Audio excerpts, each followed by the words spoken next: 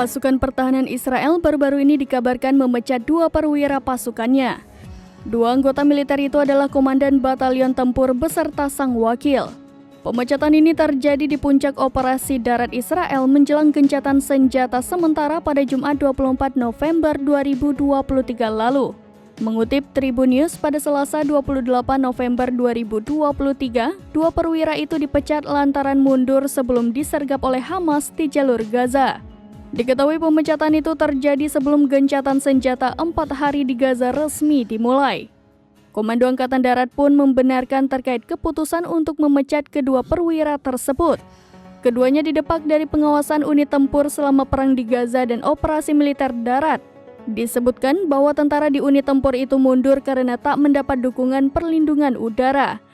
Padahal saat itu anggotanya terkena tembakan hebat dari puluhan anggota Hamas yang menyergap tentara Israel di jalur Gaza.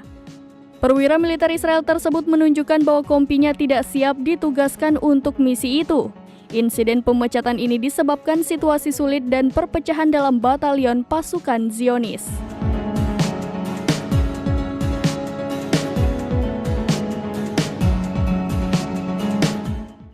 Download Tribun X sekarang, menghadirkan lokal menjadi Indonesia.